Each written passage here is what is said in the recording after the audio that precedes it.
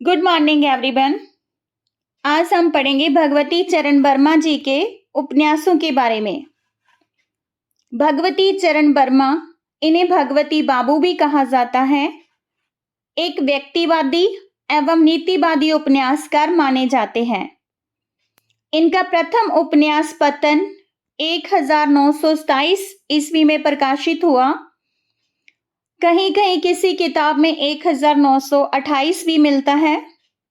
चित्रलेखा 1934 में, 3 वर्ष 1936, टेढ़े मेढ़े रास्ते 1946, आखिरी दांव 1950, अपने खिलौने 1957, भूले बिसरे चित्र 1959, वह फिर नहीं आई 1960।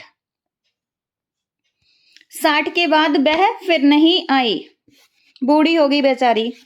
समरथ्या और सीमा 1962, थके पांव 1953, रेखा 1964, सीधी सच्ची बात 1968, सबे नचावत राम गुसाई 1970, प्रश्न और मरीचिका 1973, जुबराज चुंडा 1978, धूपल 1981, चाणक्या 1982।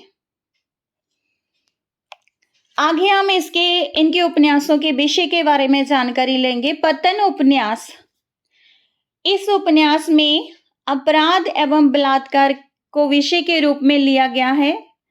एक ऐतिहासिक उपन्यास माना जा सकता है इसे। इससे आगे इनका उपन्यास आता है चित्रलेखा,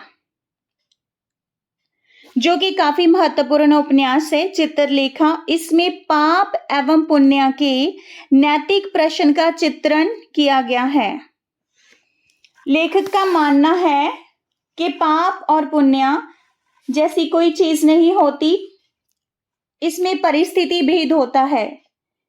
कोई एक काम किसी एक परिस्थिति के कारण किसी एक व्यक्ति के लिए पाप हो सकता है, लेकिन दूसरे के लिए वही पुण्य भी हो सकता है।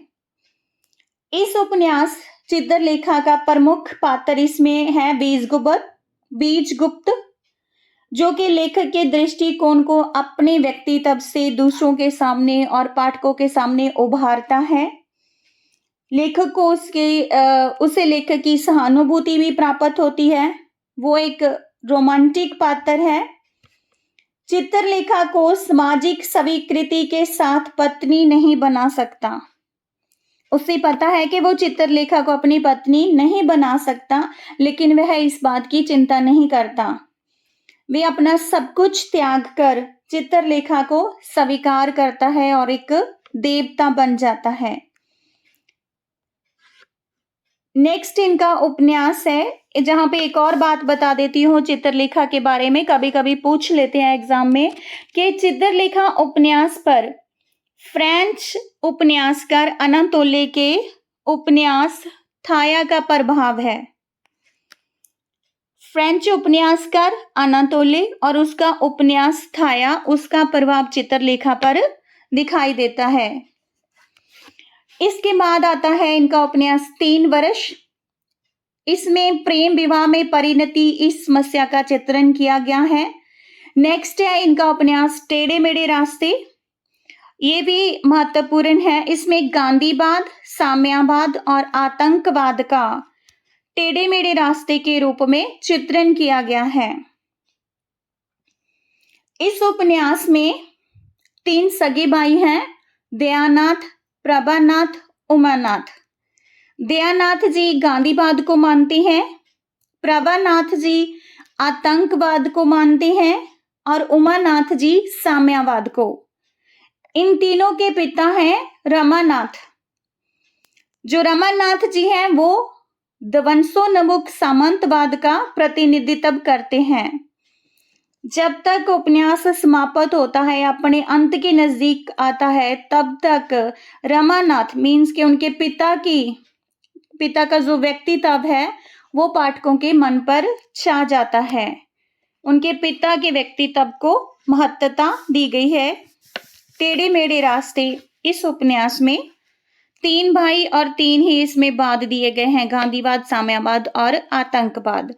उनके पिताजी का वाद था रमानाथ जी का, वो मानते थे ध्वंसोन्मुख सामंतवाद को। नेक्स्ट है आखिरी दांव। इसमें एक ज्वारी की असफल प्रेम कहानी का वर्णन किया गया है। अपने खिलौने इस उपन्यास में दिल्ली की मॉडर्न सोसाइटी पर तीखा व्यंग्य किया गया है। भूले बिसरे चित्र 3 पीढ़ियों के जीवन मूल्यों में परिवर्तन की कथा है। एक पीढ़ी के सोचने का तरीका, उनके जीवन मूल्य और होते हैं, लेकिन दूसरी पीढ़ी के जीवन मूल्य बदल जाते हैं, उनके सोचने का ढंग बदल जाता है। वह फिर नहीं आई। इस उपन्यास में आधुनिक जीवन की विषमता के बीच गहन जिजीविषा का चित्रण किया गया है। सामर्थ्य और सीमा, प्रकृति के समक्ष मनुष्य की असहायता का चित्रण है। रेखा, नारी के गहन अंतर्द्वंद का चित्रण किया गया है।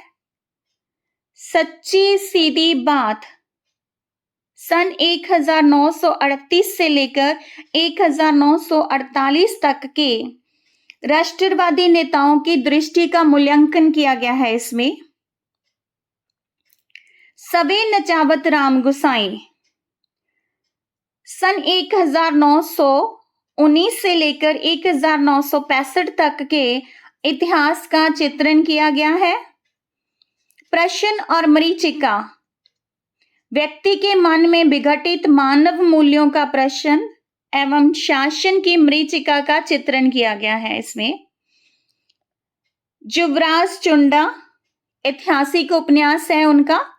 इसमें चित्तौड़ के राजा लाखा के ज्येष्ठ पुत्र, चित्तौड़ के राजा लाखा और उनके ज्येष्ठ पुत्र चुंडा के व्यक्तित्व का चित्रण किया गया है।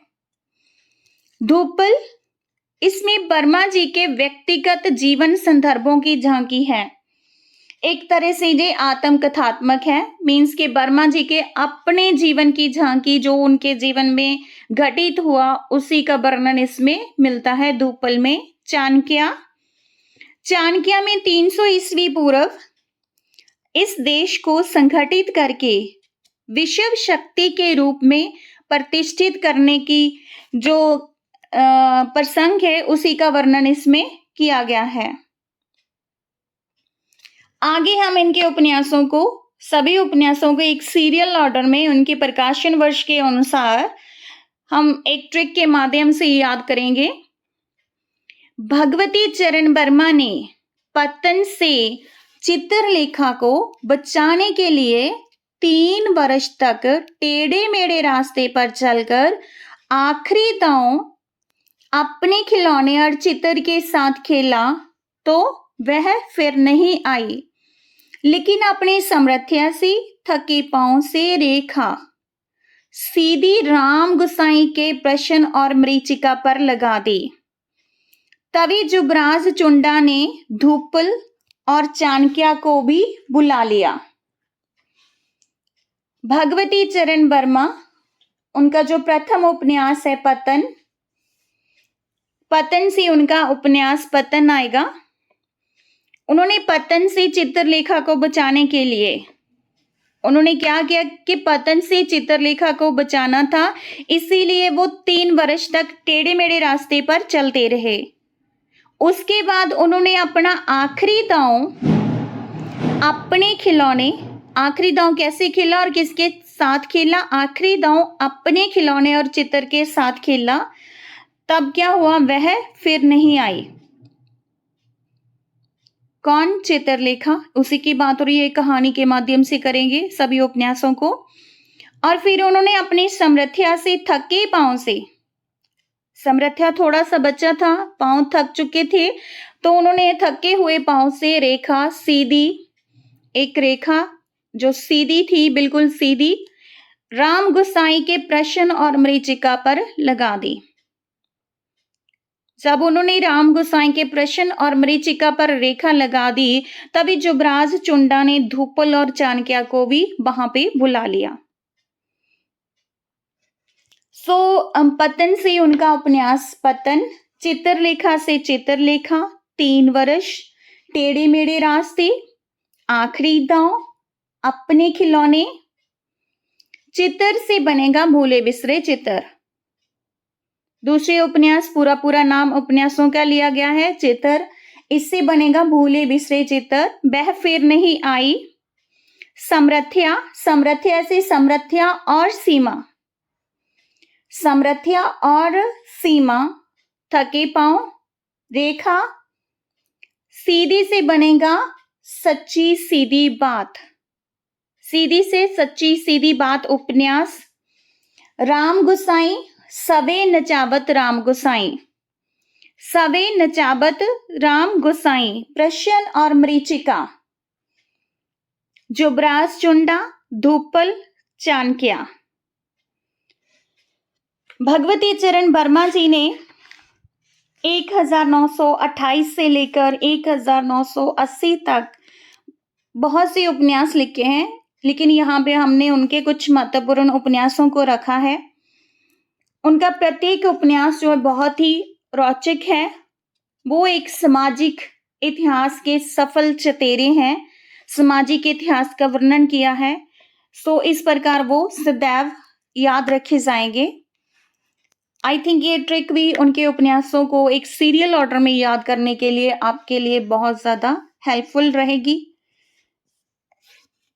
धन्यवाद।